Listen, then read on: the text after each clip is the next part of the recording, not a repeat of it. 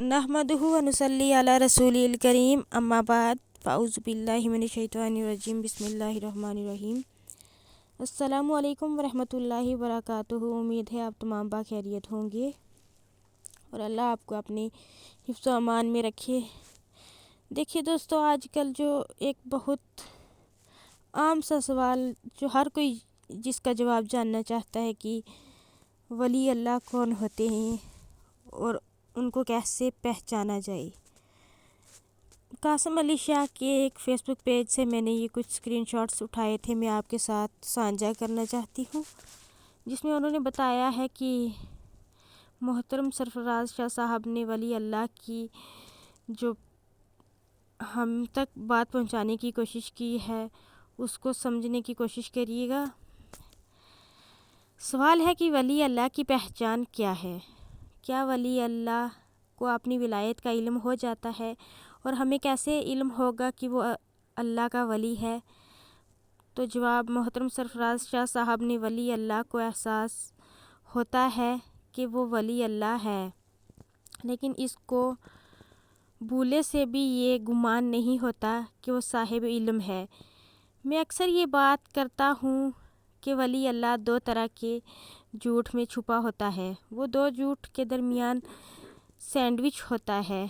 जो कुछ नहीं होता वो कहता है कि वो बहुत कुछ है, और जो कुछ होता है जो एक झूठ होता है, और जो कुछ होता है वो कहता है कि वो कुछ है, ये भी झूठ है। एक दफ़ा एक बादशाह को खबर मिली कि इस वक्त के रूहानियत का हाकिम इसके दारुल खलाफा में रहता है, तो उसने अपने वज़ीरों को कहा कि इसको ढूंढ कर लाओ। वज़ीरों ने बादशाह को 10 ऐसे लोगों के नाम बताए कि ये अफराद अपने दौर के ज़िंदा वली अल्लाह हैं, लेकिन ये मालूम नहीं कि इनमें से रूहानियत का हाकिम कौन है। बादशाह ने कहा कि फ़िक्र ना करो, मैं ढूंढ लूँगा। तुम लोग ऐसा करो कि खाने की दावत का एहतमाम करो और उन सब को बुलाओ। खाने का इंतज़ाम एक ऐसे बड़े कमरे में किया गया। माफ़ी के तलबगार हूँ, जो मैं बयान कर रही थी मुझे उसको 2 मिनट के लिए पॉज करना पड़ा।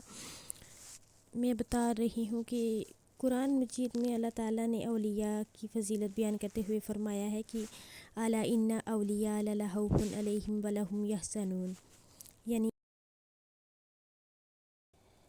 खाने का इंतज़ाम एक ऐसे बड़े कमरे में किया गया जिसका दरवाज़ा एक छोटे कमरे में खुलता था, और इस छोटे कमरे का दरवाज़ा महल से बाहर खुलता था। बादशाह ने वज़ीरों से कहा कि इन सब को खाना खाने के बाद छोटे कमरे से रुखसत करना। खाने के बाद बादशाह छोटे कमरे में जाकर बैठ गया। एक वली अल्लाह आए तो बादशाह ने बड़े अदब से मिलते हुए उन्हें तोहफ़ा दिया और कहा कि मैंने सुना है कि आप सबसे बड़े वली अल्लाह हैं। तो इन्होंने कहा कि आपको गलत बताया गया है, वो मैं नहीं बल्कि जो मेरे पीछे आ रहे हैं वो सबसे बड़े वली अल्लाह हैं। तो बादशाह ने शुक्रिया अदा करते हुए उनको रुखसत किया। बादशाह जब दूसरे फ़र्द से मिले तो उससे कहा कि जो साहिब अभी गए हैं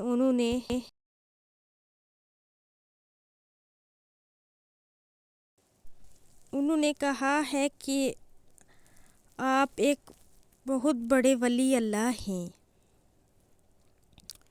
उन्होंने मुझे बताया है कि आप हाकिम हैं। तो उन्होंने कहा कि साहिब आपको गलत फहमी हो गई है, वो मैं नहीं, जो मेरे बाद आ रहे हैं वो सबसे बड़े वली अल्लाह हैं।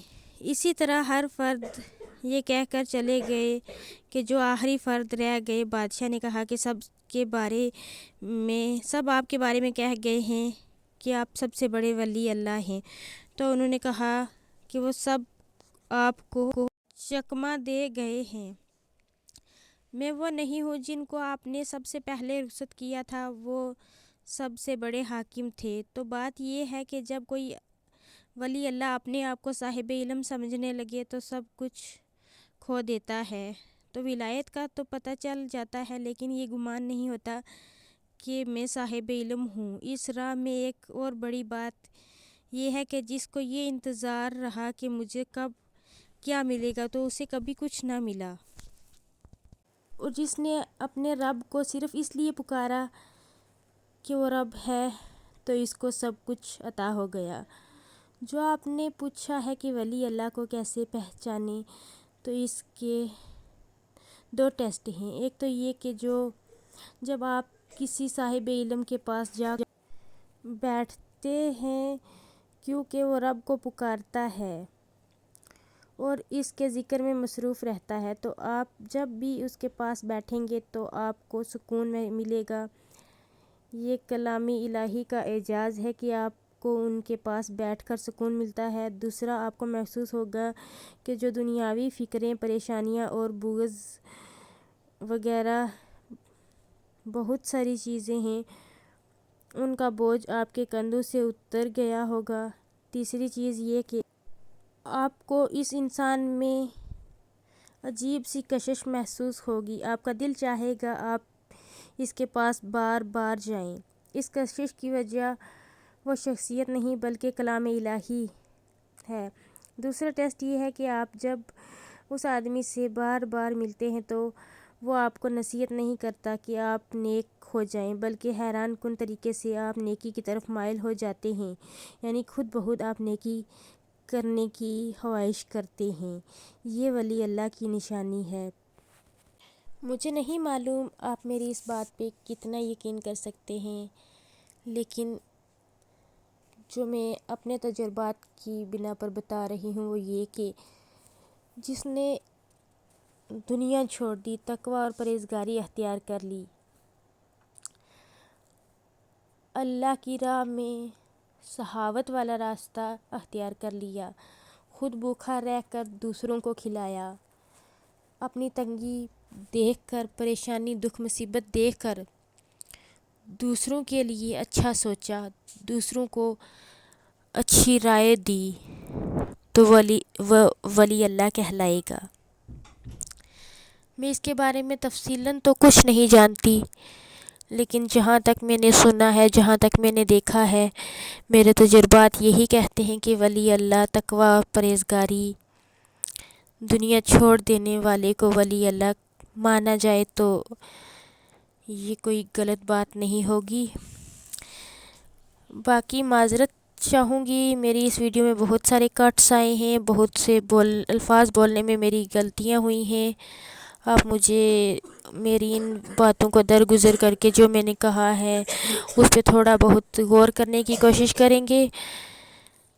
باقی دعاؤں میں یاد رکھیے گا اور ہمارے لیے بہت زیادہ دعا کریں کہ ہمیں اللہ ہدایت والے راستے پر چلنے کی توفیق عطا فرمائے۔ ہمیں سچا ولی تو ہم نہیں بن پائیں گے، ہمیں ہمارے اندر دنیا کی خواہش بہت زیادہ ہے، لیکن دعا کریں گے کہ اللہ ہمیں بنا دے۔ وعلیکم السلام ورحمۃ اللہ وبرکاتہ۔